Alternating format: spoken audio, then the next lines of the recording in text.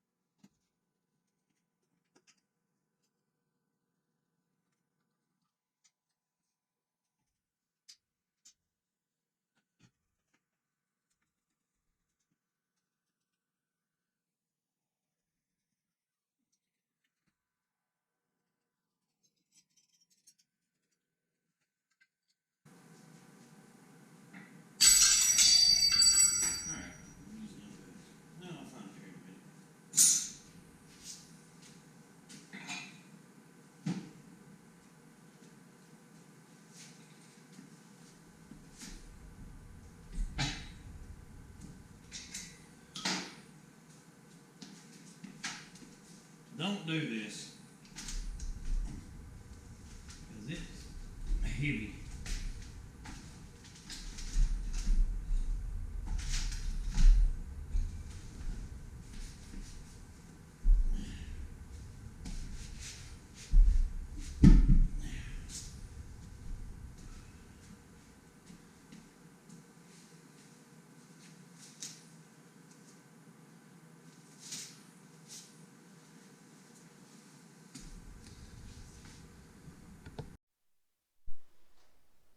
All right, we got the bottom end tore down.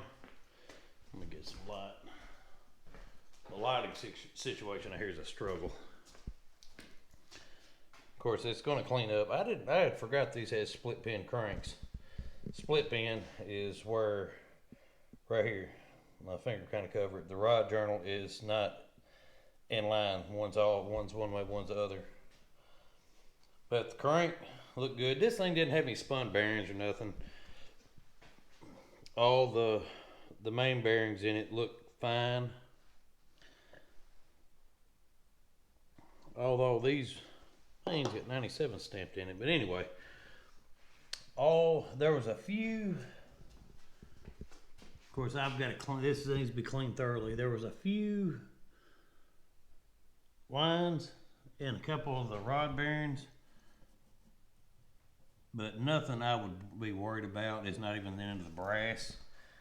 Cam bearings look good in it. However, the biggest problem with these, I'm not going to pick these up because they're all the same. I need to clean these. That's the one that had all that smooth. I think it's when the intake got pulled off of it. Found the date on this. Wrote on it with the junkyard I got it from. It was July 2019, so that's how long this has been sitting with the heads off of it. My fault. I should have, did something, but I did oil it down good before I, covered it up and put it in storage. But every one of the oil rings is gooped up and stuck. So this, and you can see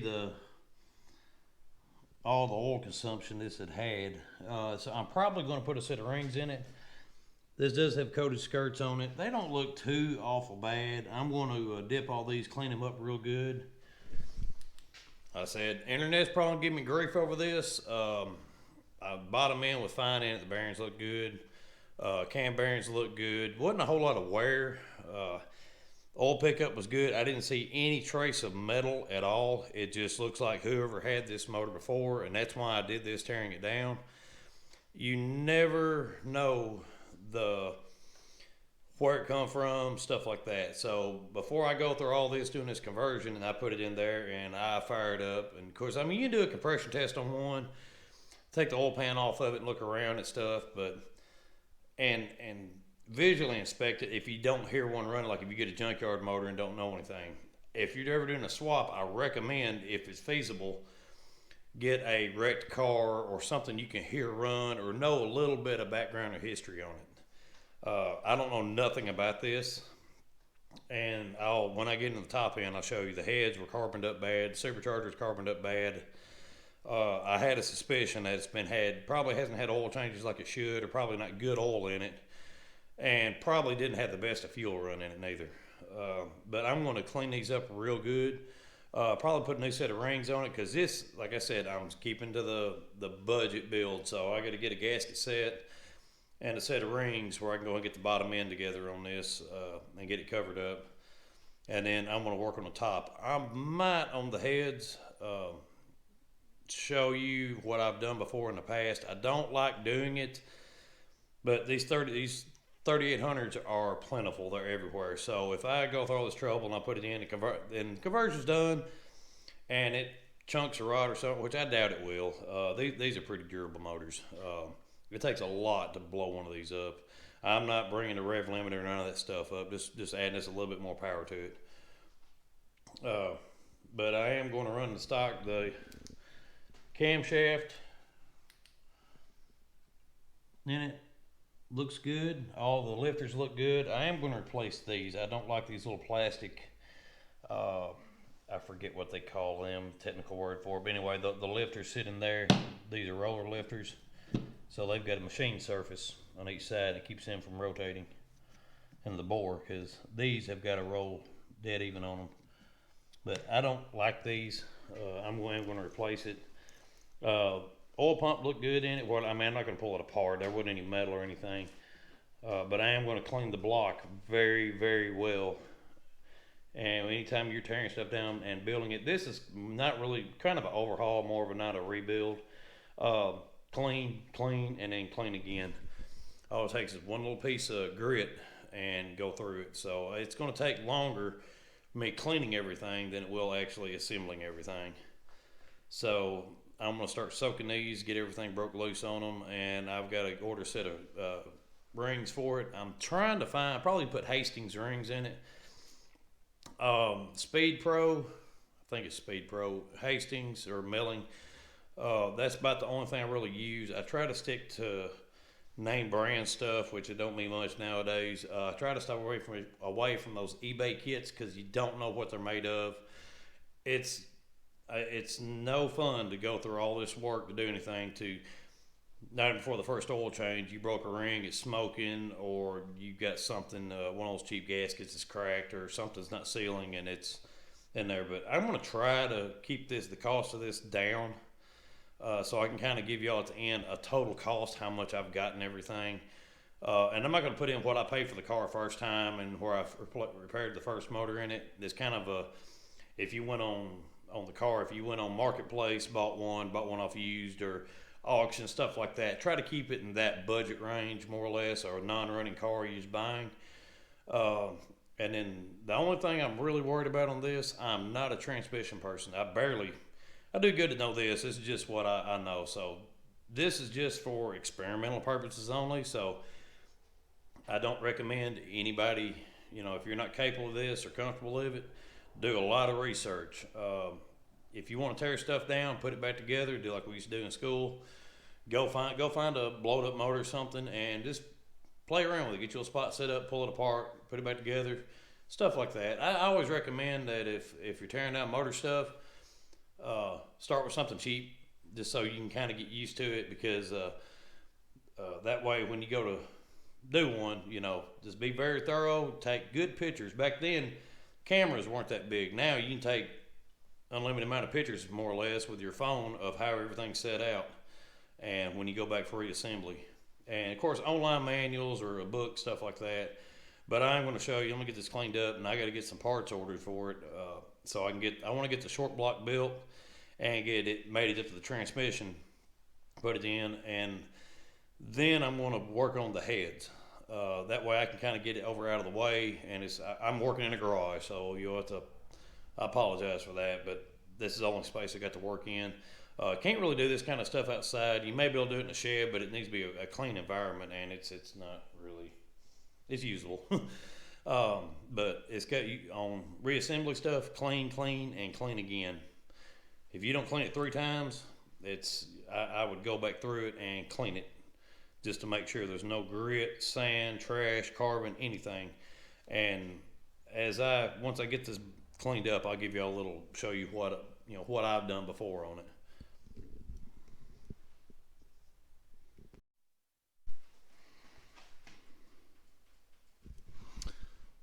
All right, working on cleaning these parts up, then they're carbon pretty bad.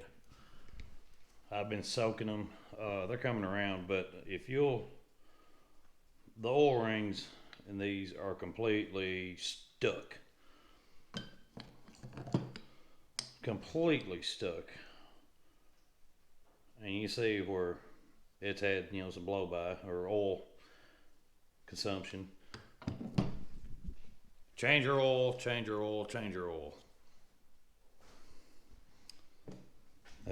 This is the first soak. A lot of the carbon's coming out. I want to look at these pistons real good, make sure there's no chips or anything in it from spark knock. But so far the coating's wore down a little bit. That's to be expected. I can live with that. That's not bad at all. The bearings actually look pretty good. It's probably the worst one of them all. But since I'm this far, I'll keep scrubbing on these. Well, I'm going to do since I'm this far, it's not that expensive. I'm going to put a good set of Hastings rings in it. I'm going to check the end gap. I'll show y'all how to do that, if what I call poor man's way, and how to adjust your end gap on them. I got to find the specs on them, and since I'm going to be turning the supercharger a little faster on this, which means a little more boost, I'm going to add just a tad to the end gap on them. And when I start the assembly of this, I want to get the short block done first, where I can start on the heads. But I'm not doing much. But I'm going to run the stock cam lifters. They look fine. See, I think they call these the lifter buckets. I think. Don't quote me on. I don't know the technical thing. Aftermarket cams for these are high. I'm not spending that much money on it. I probably change the rockers to a different ratio, and put most of the power comes from the top end of these. Bottom end is just your foundation, your own. All your power comes from the top end.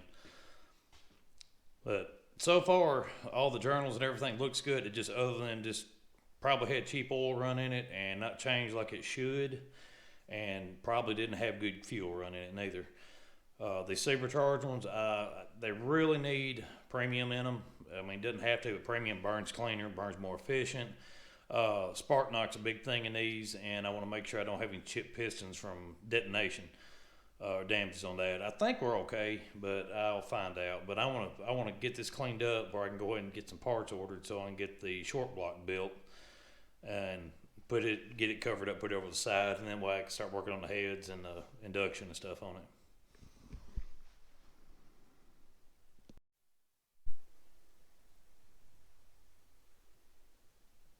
All right.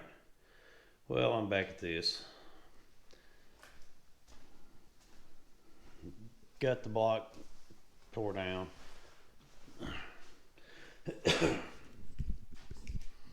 Really didn't want to go in this deep on it, but when you buy used motors, especially like junkyard motors and stuff, it's kind of like rolling the dice. You don't really know what you get. I mean, these are, for the most part, really inexpensive. The car, I can remember, I'm trying to buy, it's been a minute, it's been I think 3 years since I pulled this out of the junkyard. The car I got out wasn't wrecked. I'll do a little junkyard trip and kind of show y'all what I do. This is just my advice, don't take it, kind of go at your own risk on stuff. But I'll show y'all what I'll try to look for in far as getting used motors and stuff. But on this motor, the bore, it's got a little glaze in it. I took this and kind of cleaned it quickly. That's just oil. I oiled it down to try to keep the rust down. It's got a little glaze in it. They really need to go to machine shop if you're going to do them properly. But there is cross hatching in it still, kinda. That's just a little surface rust where I cleaned it. And the cam bearings look alright. Bottom end, which I already got some clips of the carbon buildup on it. Now, crank looks okay, but everything needs to be checked. I'm not a machine shop, so really, what I'm gonna do, I've got to make a decision on this now. If I had to just put it in there and run it, it would have been consuming oil, because this thing obviously had an oil control problem in it. All the oil rings, I'll show y'all right here after I got them out. It took me for the top rings and bottom rings were all right.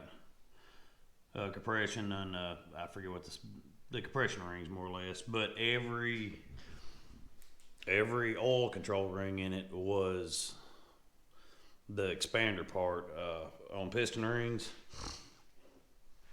you got a thin ring, 2 of them, and then there's an expander. It's a little bit thicker, goes in there, and that's your more or less oil control rings. I want to try to get hold of some machine shops, kind of get their opinion. Been doing some kind of research on these 3800s. This is a Series 2. It's a L67. Believe it's a '01 model. or '02. I'm pretty confident it's '01. I've got to see if I can find some old pictures. I think one somewhere. I think I remember taking some pictures of the car I got it out of. The VIN number on it, I can't remember, but the I've got what I've read in a bunch of forums, because there's a lot of forums on these. I mean, these are real good powertrains, power plants, and the bottom ends will hold quite a bit of power. But what everybody's been saying is once you break the main journals loose on it and break that loose, the block develops a twist. Even though the bearings and clearances look good, you can put it back together and it doesn't last very long, and you have a bottom end problem. And that the rods need to be resized. Well, the connecting rod bolts on this they're I want to say a LS style. The replacement bolts I've found, which this is one of them. I've been working on getting the carbon off. There's not a single chip piston. The skirts still look pretty good on them. I mean, that's a little bit of the Teflon coatings wore off, which has to be expected. But I'm going to call a couple machine shops around. Well, we don't have any here local where I'm at. It's kind of out in the woods. And see if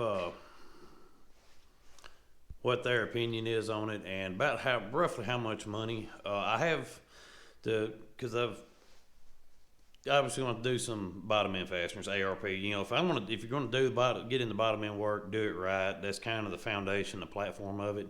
I know I said this is going to be a budget build, but you can still get a good running motor to put in there. I did not know nothing about this, and had been sitting over in the corner of the shop with the head. I pulled the heads off of it for a couple of years. What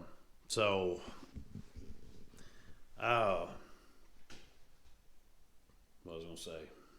Mine disappeared. I didn't know nothing about this, and I am glad I did tear it down because, like I said, if I had to put it in there, it would be using oil. I probably could have run stuff, knocked some of that carbon or oil gunk out of there. But when if you get carbon built up in rings and it comes down and gets stuck by the piston, you start eating on the cylinder walls a little bit. And if you use that right there a lot, it's hard on it. So I found, or there's a little local junkyard has got another. They've got another one over there. It's about a month ago I was over looking at stuff.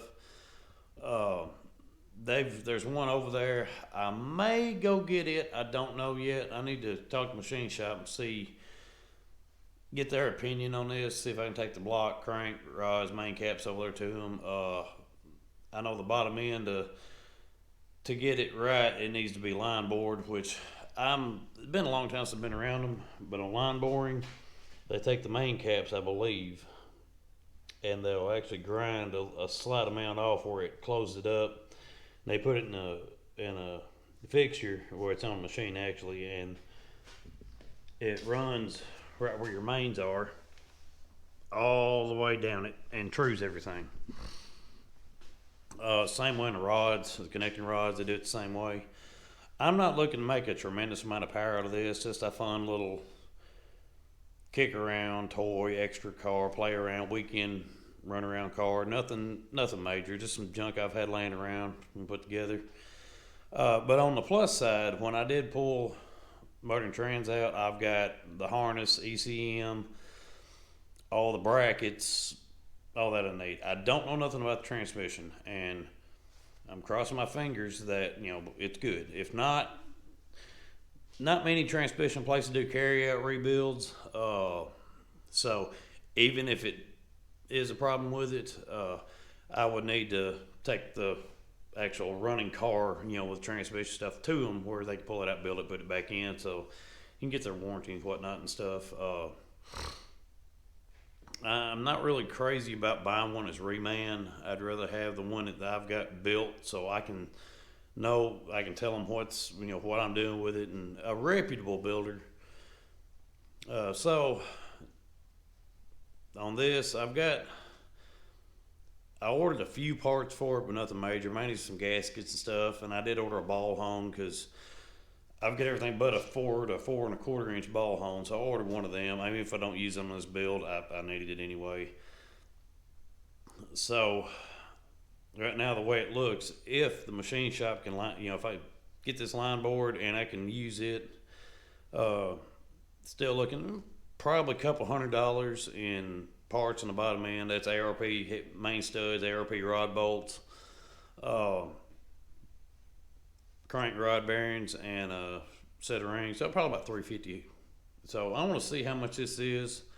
I may still, just so I can kind of speed this little project up a little, and just kind of wrap all this, get all this wrapped up and store it more or less. I know it's not store, and then I can get a little shopping list up of good rods and stuff where you can make some serious power. Which that little bitty car, it's going to have traction problems. It's too light. I'm not wanting to go that deep in it, but nothing else. I do have parts, so I could be able to take two, make one. I don't like doing it with motor parts, but right now I'm just focusing on this bottom end, get the short block built, then excuse me, I'll